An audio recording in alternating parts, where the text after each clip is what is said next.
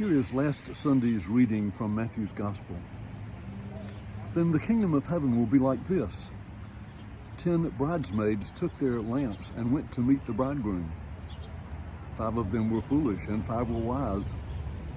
When the foolish took their lamps, they took no oil with them, but the wise took flasks of oil with their lamps. As the bridegroom was delayed, all of them became drowsy and slept. But at midnight there was a shout, "Look, here is the bridegroom. Come out to meet him." Then all of those bridesmaids got up and trimmed their lamps. The foolish said to the wise, "Give us some of your oil, for our lamps are going out." But the wise replied, "No, there will not be enough for you and for us. You had better go to the dealers and buy some for yourselves." And while they went to buy it, the bridegroom came. And those who were ready went with him into the wedding banquet, and the door was shut. Later, the other bridesmaids came also, saying, "Lord, Lord, open to us." But he replied, "Truly, I tell you, I do not know you. Keep awake, therefore, for you know neither the day nor the hour."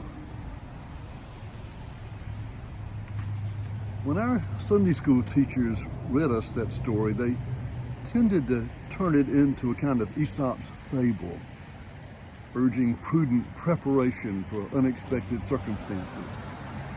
They seemed to be following Matthew's interpretation of this parable, lived in such a way as always to be ready to meet your Maker. But perhaps the theme of Jesus' original telling was that to enter into the life of new faith was like joining a wedding party. In Jesus' time, the groom went to the bride's house the evening of their marriage and brought her back to his own home.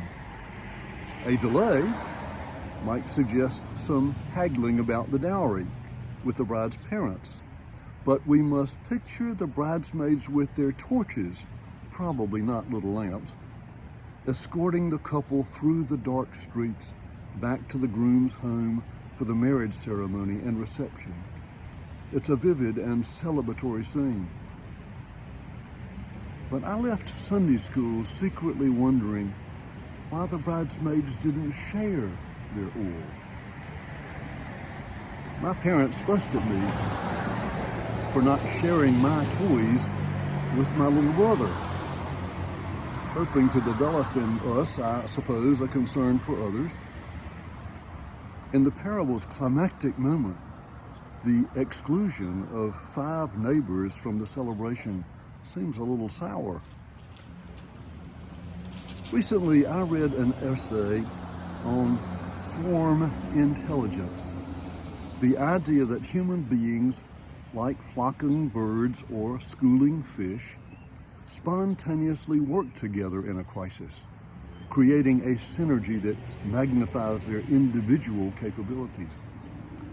The essay describes the emergency response to the 2013 bombings at the Boston Marathon.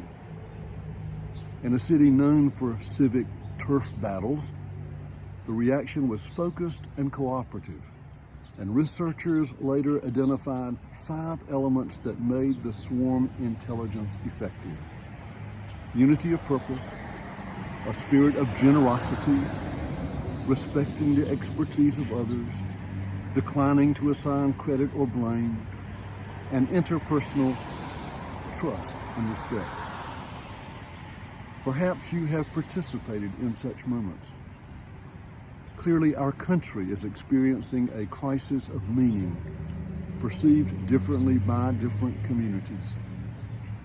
A spirit of generosity could go a long way towards building a national swarm intelligence to face our future. Most Americans long to celebrate our rich common life together. Jesus seemed always concerned to include detractors and opponents, and we must discover a unity of purpose that inspires us to do the same.